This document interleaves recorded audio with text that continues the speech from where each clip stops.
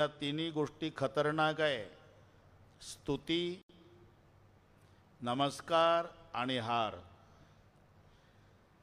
कधी जवळ न येणारं जास्तच गोड बोलू लागलं की समजायचं आपल्याला मोठा धोका आहे यांच्यापासून.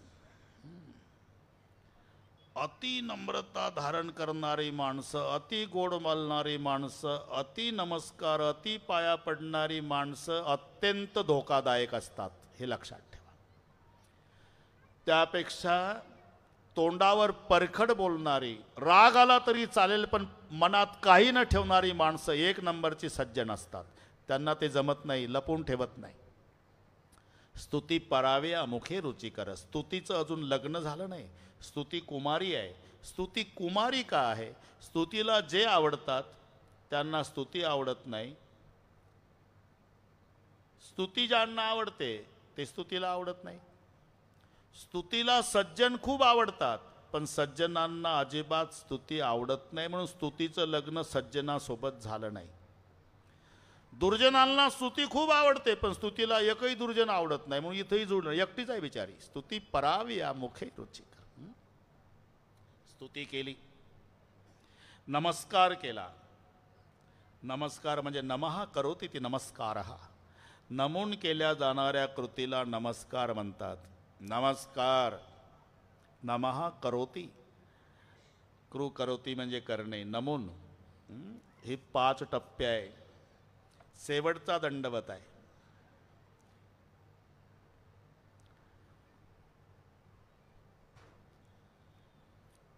ते एकाएकाने वाढतं बरं का सुभाष भाऊ. पहिला सलाम आहे, सलाम. नंतर राम राम, नंतर नमस्कार, नंतर पाया पडणे आणि शेवटी दंडवत. एक मजा सांगतो, एकच मिनिटात सांगतो. मुस्लिम धर्मामध्ये सलाम शब्दाला खूप महत्त्व आहे, पण तो एकाच हाताचा असतो, हे लक्षात ठेवा. सलाम वालेकुम सलाम, एकच हात. तुकोबारायणी सुद्धा हा शब्द स्वीकारला. वारकरी मंडळी, ज्या मुख बैठा राजा राम, तुका वाको करे सलाम. इथे सलाम शब्द वापरला, पण सलाम एका हाताचा असतो. राम राम मध्ये थोडं प्रकरण वाढतं. आता 2 हात पाहिजे, एका हातानं राम राम नाही होत. राम राम हे चाललं वाढत बरं का. दंडोपर्यंत जायचं. एकाच मिनिटात देतो, काळजी करू नका.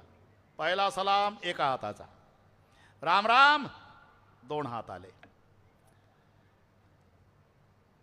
नमस्कार करताना हात तसेच ठेवायचे. आता मुंडक्याचं काम आलं, ते थोडं वाकवायचं. हात तसेच. हे तिसरं लागलं का मी. नमस्कार. थोडी तरी मान वाकली पाहिजे नमस्कार म्हणताना. छाती काढून नमस्कार, ते रगेली झाली, नमस्कार नाही होत. आता चौथा टप्पा पाया पडणे. आता डोकं पायावर टेकवायचं आहे, त्याला म्हणतात पाया पडणे. काय म्हणते तुका म्हणे, एका देहाचे अवयव. शरीर तर आमचंच आहे ना. मग एवढं वाकत बसल्यापेक्षा चालता चालता बुवाच्या पायावर पाय ठेवून गेलं तर होत नाही का पाया पडणं. पाय आमचं डोकं, जास्त सुपीक डोकं चालू नको. तर डोकंच टेकवायचं आहे का, ते प्रमुख आहे. सगळे तुम्ही पहा, सर्वेषु गात्रेषु शिर प्रधानम. कारण ज्याच्या असण्यानं शरीर चालतं, नसण्यानं पडतं, इतकं महत्त्वाचं डोकं आहे. एक म्हणलं आमच्या भागातल्या माणसाला 2 पाय नाही, नसेल. एक म्हणलं आमच्या गावच्याला 2 हातच नाही, नसेल बाबा. एक म्हणलं आमच्या गावाच्या माणसाला मुंडकच नाही, नको बाता हाणू. त्याशिवाय चालूच शकत नाही. सरकार काकुळतीला येऊन सांगतं हेल्मेट वापरा भाऊ, हेल्मेट वापरा भाऊ, हेल्मेट वापरा. का? सरकार म्हणतं तुमचे पाय ना हात तुटले तर प्लास्टिकचे तयार ठेवले आम्ही, पण मुंडकं अजून प्लास्टिकचं निघलं नाही, तेवढं तुम्ही सांभाळा, बाकी आम्ही वेल्डिंग करून देईल. पण एवढं महत्त्वाचं आहे. म्हणून त्याला हेड म्हणतात. त्याला कुठेही मान आहे. पहिली गोष्ट ते मानेवरच आहे, नंतर पाहू मानाचं. पण डोक्याची रचना कुठे आली? मानेवर. मानेवर डोकं आहे. पहिला मान डोक्याला असतो. झोपेतून उठायचं असलं तरी पहिलं डोकं उचलायचं असते का? पाय उचलतात, उद्या मोबाईल करा मला.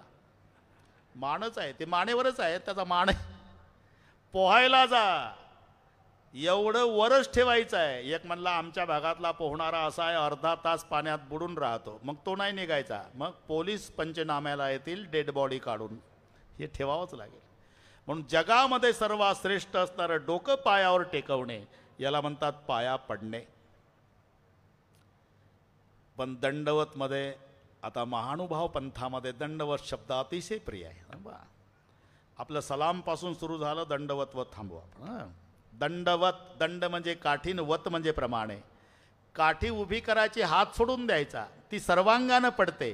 तसं दंडवत दंडापरी काही नुरी नुरवावी. इथून वाढलं आपलं. 3 गोष्टी केल्या कामदेवानं. नारदाची स्तुती, नारदाला नमस्कार आणि नारदाला हार घातला. त्याचं मूळ नाव पुष्पमाला आहे.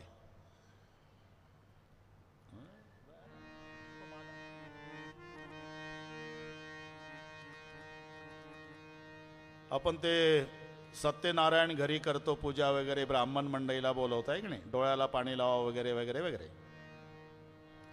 माल्यादिनी माल्यत्यादिनी सुगंधिनी वै प्रभो मया हृतानि पूजार्थं पुष्पामि प्रतिगृह्यतां पुष्पं समर्पयामि. फुलवा इथं नाही, तिथलं चालू आहे. पुष्पम समर्पयामी म्हटल्यावर फुलं व्हायची. आणि हाराच्या वेळेला पुष्पमाला समर्पयामी, हार नाही शब्द, पुष्पमाला समर्पयामी. अरे त्याचं नाव पुष्पमाला आहे, त्याला हार का म्हणतात? त्याच्या कृतीहून नाव पडलं ते. ज्याच्या हातामध्ये हार असतो का नाही, ते सहज उभं राहतं ताठ. ज्याला घालून घ्यायचा असतो ते मुंडकं वाकवतं. म्हणजे हारापुढे हार मान्य केल्याशिवाय हार गळ्यात येत नसतो, म्हणून त्याला हार म्हटल्या जातं. या 3 गोष्टी केल्या कामदेवाने. नारदाला हार घातला, नारदाची स्तुती केली, नारदाला नमस्कार केला. नारदजीला अहंकार झाला. नारदजी प्रथमतः ब्रह्मदेवाकडे गेले. बाबा मी कामाला जिंकलं. ब्रह्मदेव म्हणाले, बाळा मला सांगितलं ठीक आहे, फक्त विनंती आहे महादेवरावला सांगू नको. सांगू नको म्हटले की सांगावंच वाटतं. पहिल्या यष्टीनंच गाठलं कैलास. आइए नारद कहाँ थे? बोले समय नहीं था बाबा, हिमालय की गुहा में तप करता था, समाधि लग गई, समाधि भंग करने के लिए कामदेव आया, मैंने कामदेव को हराया. महादेव म्हणले आता काय हे पा, माझ्याजवळ सांगितलं ना नारदा, फक्त विष्णूजवळ सांगू नका. हे कुठं जाते म्हणून 2 शिवगण ठेवले महादेवजीने. हे विष्णू भगवंताकडे आले नारदजी. आइए बहुत साल के बाद कृपा की, कहाँ थे? समय नहीं था, तप करता था, समाधि लग गई थी, समाधि भंग करने के लिए कामदेव आया तो मैंने कामदेव को हराया. बस भगवान विष्णूला वाटलं आता आपला बुवा बिघडला. मस्त रामायण सांगत होता आपला बुवा, आता कोणाच्याही जवळ कामाचं सांगत सुटला, बुवा बिघडला. याला वेही सावध केलेला बरा. म्हणून मायावी नगर तयार केलं भगवान विष्णूने. 100 योजन विस्तार, 400 कोसाचं नगर. त्या नगराचा राजा शिलनिधी आपलीच माया विष्णू नामक कन्येच्या रूपात तिचं स्वयंवर देशोदेशीचे राजकुमार आलेले आहे. आणि त्या अरण्यातून नारदजी चालले. सुंदर राजकुमार बघितले, विचारलं एवढे सगळे राजकुमार एकत्रित येण्याचं कारण? राजा शिलनिधीची कन्या विश्वमोहिनी तिचं स्वयंवर आहे, त्याकरता आम्ही आलेलो आहोत. नारदजी आत आले. शंकरराव, राजा शिलनिधीनं बसायला दिलं, पूजा केली, कुंकुम तिलक आरती ओवाळली आणि विश्वमोहिनीला पुढे आणून बसवलं. ही माझी कन्या बरे का नारदजी, हिचं स्वयंवर आहे, हिचं भविष्य सांगा आपण. ती प्रभूची माया होती. विश्वमोहिनी का म्हणतात? विश्वाला मोहून टाकती म्हणून. नारदजी तर स्वरूपाकडे पाहूनच मोहित झाले. बराच वेळ तोंडाकडेच पाहू लागले. नारदजी मनात म्हणतात, एवढं सौंदर्य जगात आहे, आधी कळलं असतं तर मी कालच्या पेपरला दिलं नसतं पठ्ठ्यानं काम जिंकलाय म्हणून. आता काय केलं म्हणजे पत्नी रूपात प्राप्त होईल. बराच वेळ पाहतात.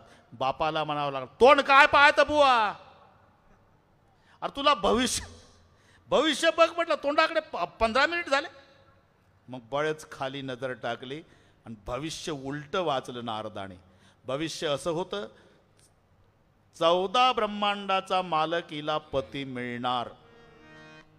नारदजीनं आपलं स्वतंत्र डोकं वापरलं. ही ज्याला माळ घालणार ना राजा, तो 14 ब्रह्मांडाचा मालक होणार. ही बाबाचं स्वतंत्र.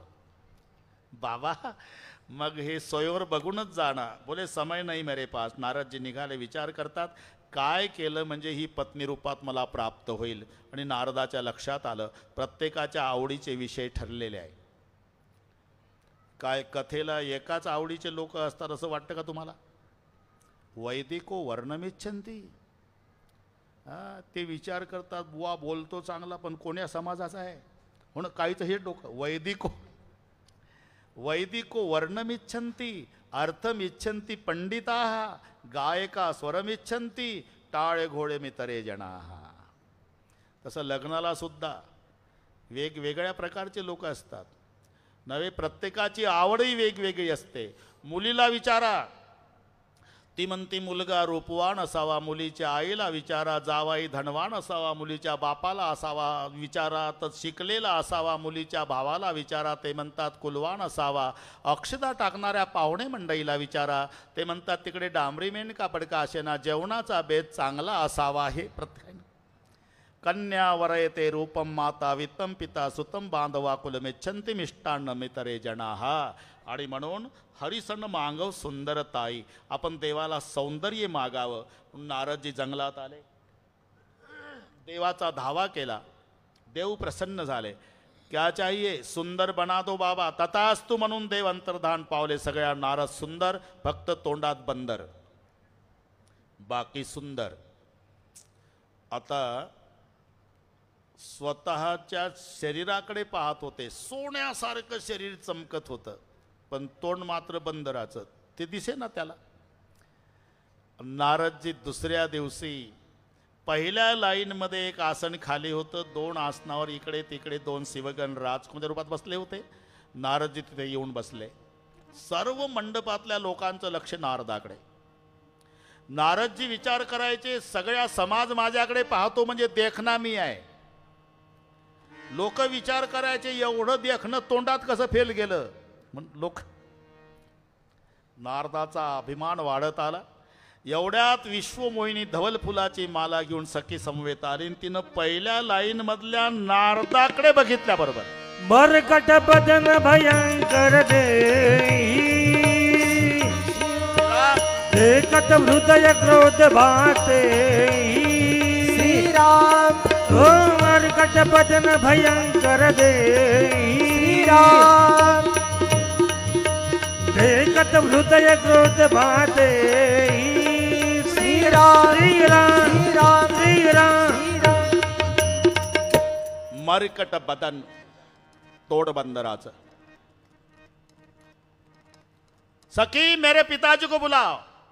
पहले लाइन में जो अपशकुन बैठा उसको धक्के मारकर निकाल दो पेंडॉल के बाहर. पूर्ण लाईन सोडून दिली.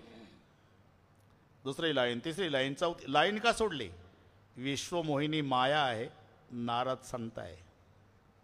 मायेचं सर्वावर चालतं, संतावर नाही चालत. तुका म्हणे माया होय दासी लागे पाया. संतावरच नाही, संताच्या संगतीत जेवढे आहे तेवढ्यावर चालत नाही. म्हणून पहिली संताची लाईन सोडून दिली. बस. दुसरी, तिसरी, चौथी. नारदजी उंच टाचा करू करू बघी लागले. तिकडे का गेली?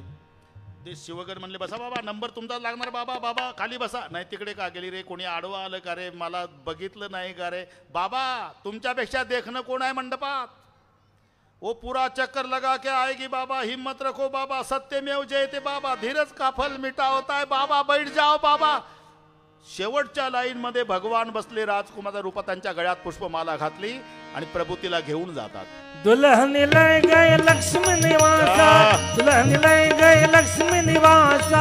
दुल्हन ले गई लक्ष्मी निवासा. दुल्हन ले गए लक्ष्मी निवासा. रूप समाज सब भयउ निरासा. रूप समाज सब भयउ निरासा. रूप समाज सब भयउ निरासा. रूप समाज बहुस भयउ निरासा. दुल्हन लय गए लक्ष्मी निवासा. दुल्हन लय गए लक्ष्मी निवासा. दुल्हन ले गए लक्ष्मी निवासा. दुल्हन ले गए लक्ष्मी निवासा. मला वाटतं याच्याहून तर नाही गाणं तयार झालं ते ले जाएंगे दुल्हनिया. इथं आहे तुलसीजीने तेव्हा लिहिलं. दुल्हनी ले गए लक्ष्मी निवास. सगळ्या समाज उदास झाला. नारदजी उभे, बसा बाबा, बाबा खाली बसा, बाबा बाबा बसा खाली, मागं पाहू नका, तिथलं चाललंय आपलं. बसा बाबा, ती येणार आहे बाबा. अरे काय येणार, तिथं गेली का हो बाबा, आमचं जाऊ द्या हो बाबा, पण तुमच्यासारख्या देखण्याला डावलून गेली. जाऊ द्या रे, तिला काही पारख आहे का रूपाची? कोण? ज्याचं तोंड बंदराचं ते म्हणतं रूपाची पारख आहे का तिला? मग शिवगण म्हणाले, तिला नसू द्या पारख बाबा, तुम्ही तोंड बघितलं का आरशात कधी? मला आरसा सांगता का रे का राक्षस वाल. नारदजी ताड ताड ताड ताड निघाले, जंगलात आले, स्वच्छ पाण्याचं तळं बघितलं आणि पाण्यामध्ये स्वतःला पाहिलं तर तोंड बंदराचं. धक्का बसला, बापरे. म्हणून समाज माझ्याकडे बघत होता का? मला वाटायचं मी देख नाही म्हणून लोक पाहतात. राग आला नारदाला. कोणाचा? विश्वमोहिनीचा? नाही. तिच्या बापाचा? नाही. मग देवाचा. का? लेका नारायणा, विण्याच्या तारा तुटेपर्यंत शेंडे आलू आलू, शेंडे आलू आलू, शेंडे आलू आलू, नारायण नारायण नारायण नारायण, जन्मचा जन्म भजन केलं, मला बंदर केलं का? तू सापडला पाहिजे. लाल टोमॅटो सारखे डोळे नारदजी निघाल, ताड ताड ताड. योग असा की तिकडनं स्वतः भगवान रथ हाकत येतो. रथामध्ये दोघी बसल्या होत्या, विश्वमोहिनी आणि लक्ष्मी. बागदोर देवाच्या हातात आहे, नारदजी रस्त्याच्या काठाला उभे आहे. नेमका रथ तिथं थांबवला देवानं. आता जिच्यासाठी तडफडला नारद, ते रथात बघितल्यावर काय वाटलं असेल? जावे त्याच्या वंशा. तरी क्रोध आवरला, पण डोळे मात्र टोमॅटो सारखे. नारद बोलले नाही, देवच बोलले. कुठं मोठा देवी का? बसा ना गाडीत. आता हे विनाकारण रागीत रॉकेल. आता मात्र लगाम धरले घोड्याचे नारदान. जे सुरुवात केली, परसंपदा सकवण की तुम्हारी ऋषा कावड विशेषी मात्र सिंधु रुद्रई बैरायु सोनपरी पाण करायु. कपटी आहे देवा तो. मी कपटी? अरे तुझ्यासारखा कपटी ब्रह्मांडात नाही. काय कपट केलं? विचार मला, काय कपट केलं? समुद्र मंथन झाल्यावर 14 रत्न निघाली, काय वाटप केला? विना वाजवत मीच उभा होतो समुद्राच्या काठाला. असुर सुरा विषशंकर या परमामणी चारू. असुर सुरा, दारू पाजली दानवाला. विषशंकरई, जहर महादेव रावला. आप रमामणी चारू, लक्ष्मीनं कौस्तू स्वतःच्या वाट्याला. तुला ओळखत नाही का तू कसा आहे? स्वार्थ साधक कुटील, सदा कपट व्यवहारू. अरे परम स्वतंत्र सिर पर कोई, मनमानी कारभार करतो का? तुला विचारणार कोण नाही म्हणून. लक्ष्मी म्हणली, हे चिपळ्यावालं किती बोलतंय, तुम्ही गटगट ऐकता. बोलू दे बोलू. काय बोलू दे? केवढं बोलतंय ते? बोलू दे लक्ष्मी, बोलू दे. असं म्हणता म्हणता भगवान विष्णूचं रडणं सुरू झालं. लक्ष्मी म्हणला, तुम्ही रडता देवा?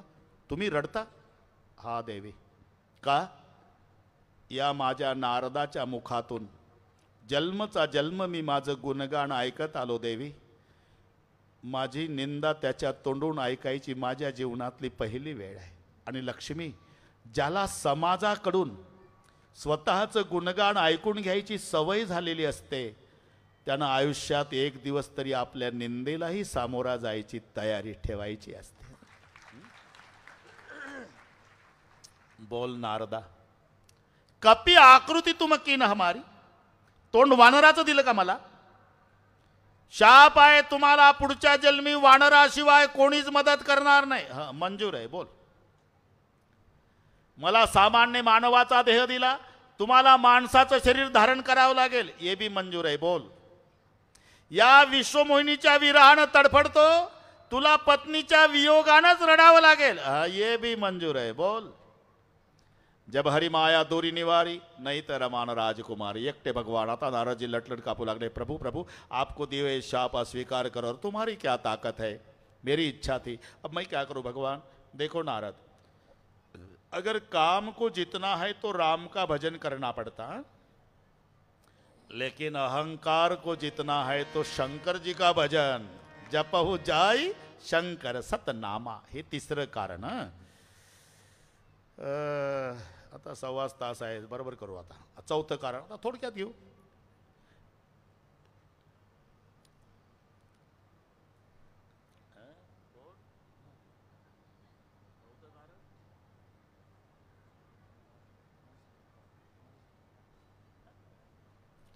मनोराजा आणि शतरूपा राणी दोघांनी खडतर तपश्चर्या केली.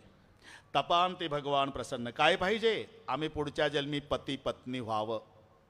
तथास्तु. ते दशरथ कौसल्या होतात मनुष्यत रूपा. अजून काय पाहिजे? तुमच्यासारखा पुत्र आमच्या पोटी जन्माला यावा. भगवान म्हणाले माझ्यासारखा कुठून आणू, मीच तुमच्या पोटी जन्माला येईल. म्हणून हे चौथं कारण आहे. मनुष्यत रूपा दशरथ कौसल्या होतात. शब्द दिल्याप्रमाणे भगवंताला त्यांच्या पोटी जन्माला यावं लागलं. चौथं. आता हे नीट ऐका. पाचवं. कैकई देशाचा राजा, त्या राजाचं नाव सत्यकेतू. सत्यकेतू राजाला 2 मुलं. मोठा प्रताप भानू, दुसरा अरिमर्दन. धर्मरुची नावाचा एक प्रधान आहे. सत्यकेतूने प्रताप भानूच्या स्वाधीन राज्य कारभार सोपवला. स्वतः हरिचिंतन करू लागला. प्रताप भानू नावाप्रमाणे प्रताप गाजवला. सगळ्या राजांना जिंकलं. बरेच राजे शरण आले, काही जंगलात तपाला गेले. एक दिवस प्रताप भानू शिकारीला गेला सैनिकासह. जंगलात वाट चुकला. सैनिक एकीकडे, प्रताप भानू एकीकडे. एकटा घोड्यावर बसलेला प्रताप भानू पुढे निघाला. कालकेतू नावाचा राक्षस डुकराच्या वेशात, त्याला मारण्यासाठी सत्यकेतूचा पुत्र प्रताप भानू पुढेही वाट चुकला आणि कपटमुनीच्या आश्रमात आला. कोण कपटमुनी? यानंच एकेकाळी जिंकलेला राजा होता. तो साधूच्या वेशात राहत होता. त्यानं बरोबर ओळखलं, हा मला जिंकलेला प्रताप भानू आहे. पण प्रताप भानूला वाटलं हा महात्मा आहे. कपटमुनीचं दर्शन का झालं? एक अर्धा मिनिट घेतो. सत्यकेतूचा मुलगा प्रताप भानू लागलाय कालकेतूच्या मागे. हे 2 शब्द पहा. कालकेतू डुकराच्या वेशात आहे. प्रताप भानू सत्यकेतूचा पुत्र शिकार करायला. सत्यकेतू, केतूचा अर्थ ध्वज होतो, हा लक्षात घ्या. दोन्ही ठिकाणी केतू शब्द आहे. सत्यकेतू, कालकेतू. केतू म्हणजे ध्वज, झेंडा. झेंडा झेंडा समजतो. झेंडा मेला तरी झेंडा बदलत नाही, त्याला म्हणतात सत्यकेतू. आणि समयानुसार झेंडा बदलतो, कालकेतू. इथलं सांगतो रे भाऊ, भलतिकडे डोकं चालू नका. आपलं काय चाललं? काल का मतलब समय, केतु का मतलब झेंडा. समयानुसार झेंडा बदलने वाला उसे कहते कालकेतु, और झेंडा न बदलने वाला सत्यकेतु. झेंडा न बदलने वालों की संतान झेंडा बदलने वालों के पीछे दौड़ती है, तो नकली साधू का दर्शन होता है, असली का नहीं. म्हणून इथपर्यंत आलो आपण. को तुम कसबन फिरे अकेले, सुंदर जीवा जो प्रहेले, चक्रवर्ती के लक्षण तोरे, देखत दया लागे अति मोरे. कौन है आप? नाम प्रताप भानू अवणीसा, तासु सचू मैं सुनी मुनीसा. प्रताप भानू नावाचा चक्रवर्ती नावाचा राजा आहे. चक्रवर्ती राजा प्रताप भानू, त्याचा मी सचिव. क्यों झूठ बोलते हो साधु संतों के पास? आप स्वयं प्रताप भानू है, तुम्हारे भाई का नाम अरिमर्दन है, प्रधान का नाम धर्मरुचि है, सत्यकेतु का आप दोनों पुत्र, और तुम्हारा कैकेयी नाम का देश. बाबा बाबा बाबा, एवढं तंतोतंत कसं काय कळलं? अरे गुरु प्रसाद सब जाणे राजा, गुरुच्या कृपेने सगळे कळते मला. मग तुम्हाला गुरु करण्याची इच्छा आहे मला. जा आंघोळ करू नये. प्रताप भानू आंघोळ करून आला, गुरुदीक्षा दिली. बाबा, जर कोणी विचारलं तुझ्या गुरुचं नाव काय? एकतनू. कपटमुनी म्हणतो, नाम हमारा एकतनू भाई. एकतनू पहिल्यांदाच ऐकतो बाबा. हां, कारण आदि सृष्टी उपजी जबही तब उत्पत्ती भई मोरी. ब्रह्मदेवानं सृष्टी निर्माण केली तर पहिला मला निर्माण केला. पुन्हा शरीर बदलावं लागलं नाही, म्हणून माझं नाव एकतनू. हे नकली साधू असतात ना, नकली हवाईदार बात आहे चल करते नकली साधू. एकानं बरं का सुभाष भाऊ, जटा कृत्रिम, दाढी कृत्रिम लावून घेतली. 15 फुटावर 2 शिष्य जटा डोक्यावर घ्यायचे, 25-25 किलोचा बोजा. तिथून 25 फुटावर साधू चालायचा. ते पुन्हा 4 शिष्य महाराजांच्या जटा मातीला घासू नये म्हणून खांद्यावर घ्यायचे. झाले 6. आणि पुढं पांढऱ्या शुभ्र जटा कृत्रिम लावलेला. अशी गर्दी बघितली, राजाई ताळी. जागा संपली बरं का आपली आज. आता इकडे मावल्या बसवायला तरी उद्याच्या दिवस पुरेल जागा बरं का सुभाष भाऊ. आपण उद्या एकदा पुढं करू. हे काय लहान आहे का मंडप? मला तर वाटलं एवढा मंडप टाकला कशाला. आता कळलं मोनिका ताईची दूरदृष्टी. त्याचं राजीव राजळे मित्रमंडळ त्यांनाही माहिती होतं की साहेबावर सगळ्यांची श्रद्धा होती. लोक आवर्जून पुण्यतिथीला येणार. बरोबर. उद्या एकदा सरकून घेऊ. आणि काही उन्हाचा कार्यक्रम आहे का आपला? पडदेव पण करू. बस लागले तर करणे लावून देऊ बाहेर का. सावध सिस्टीमवाले. हां जमतंय ते. आता अजून 5 दिवस आहे. दुसऱ्याच दिवशी आपला शेवटचा दिवस झाला. इतका समाज जमलं रे बाबा. हा बस आलं. तो नकली साधू बरं का अनुराग. नकली साधू. आणि मग ते 6 शिष्य खांद्यावर जटा डोक्यावर जटेचे गाठोडे बरोबर अशा गर्दीमध्ये यायचे. मग लोक पाया पडायचे. 90 वर्षाचे म्हातारे पाया पडायचे. विचारायचे बाबाजी क्या बच्चा. 90चा बच्चा. आणि हा कृत्रिम जटावाला बाबा. हे नीट ऐका. क्या बच्चा. 90च्या म्हाताऱ्याला म्हणाले क्या बच्चा आपकी उम्र कितनी है. उम्र को कौन गिनता बेटा. अंदाजा बढ़ाओ बाबा. अंदाजा. अरे रामचंद्र के शादी में मैं घी परोसता था. आणि सगळ्या शेवगाव तालुक्यात मोनिका ताई चर्चा सुरू झाली. अरे रामाच्या लग्नात तूप वाढणारा साधू आला. रामाच्या लग्नात तूप वाढणारा बाबा आला. मग बाबाच्या पुढे दुसऱ्या दिवशी 2 किलोमीटर लाईन. मंडप मोकाळा. सगळी शेवगावची पोलीस यंत्रणा बाबाच्या नादी लागली. 4 किलोमीटर लाईन. 2 दिवस मंडप रिकामा. मग शेवगावमध्ये एक सेवानिवृत्त मिलिटरीचा अधिकारी होता. त्यानं राजीव राजळे मित्रमंडळे बोलून मीटिंग घेतली. का रे आपले लोक काय पागल आहे का. ते जरी म्हणतंय मी रामाच्या लग्नात तूप वाढायला होतो. पण एखाद्यानं तर डोकं चालवाव. रामाच्या लग्नात तू तूप वाढायला होता तर तूच कसा एकटा शेवगावला आला. अजून नळ निर्णय आला. जामुवंत कधी स्टँडवर नाही दिसला. बिभीषण आला नाही. तू एकटाच कसा. म्हणले बरोबर आहे. तुम्हीच विचारा साहेब. नाही उद्या मी बारीलाच लागतो म्हणला साहेब. साहेब लागला बारीला. शेवगावचा सेवानिवृत्त मिलिटरी अधिकारी. साहेबाची तब्येत सांगतो. 6.5 फुटाची उंची. 58 इंच छाती. कोल्हापुरी मिशा. 112 किलो वजन. सफरचंद सारखे गाल. साहेब शेवगावचा. आणि जेव्हा बारीमधून नंबर आला दर्शन नाही घेतलं साहेबानं. एक थोबाडी दिली. पाडला बुवा जटावाला खाली. शिष्य म्हणाले का मारता आमच्या मनात. खबरदार मध्ये बोलला तर थोबाड फोडील तुमचं. ते सरकले माग. काही बारी मधले लोक अहो का मारता साहेब. बोल नका तुम्ही. त्याचं मी वैयक्तिक बघून घेऊ. ते लटलट कापत उठलं जटावाला. का मारता साहेब. का मारता साहेब. 3 दिवसापासून ऐकतो. रामाच्या लग्नात तूप वाढायला होता तू. हो साहेब. त्या पंक्तीत जेवायला होतो ना मी. मग म्हणतो का पुन्हा. शेजाऱ्याला का 2 वेळा तूप वाढलं.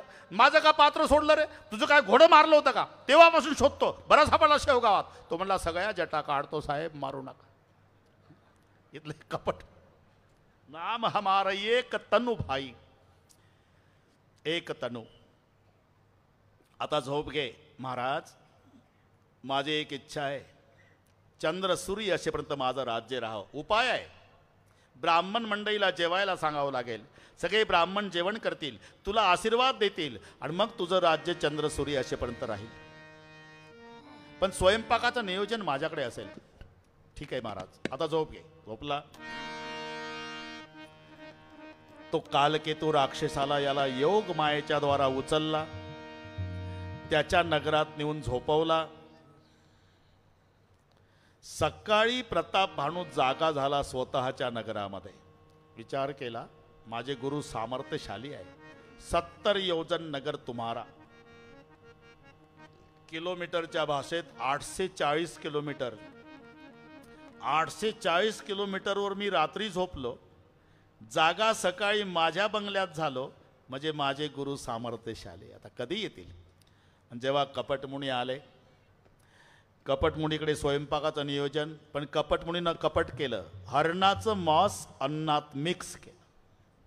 ब्राह्मण मंडळी जेवायला बसली, फक्त सुरू करणार होते, आकाशवाणी झाली.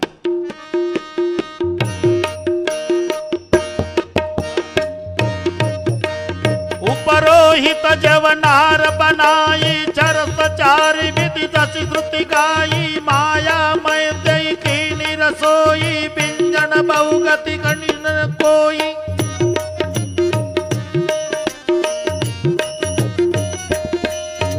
विविध मृगन करया मिश्रांदा, तही विप्रमा सुखल सांदा, भोजन का सब विप्र बुलाए, पद पकारी सादर बैठाए. पंक्ती बसल्या, पंक्ती बसल्या. आता पुंडली कवर्धाहून सुरू होणार, आकाशवाणी झाली. परुषणाच्या बैल हागे मै पाला, बै आकाशवाणी तै काला.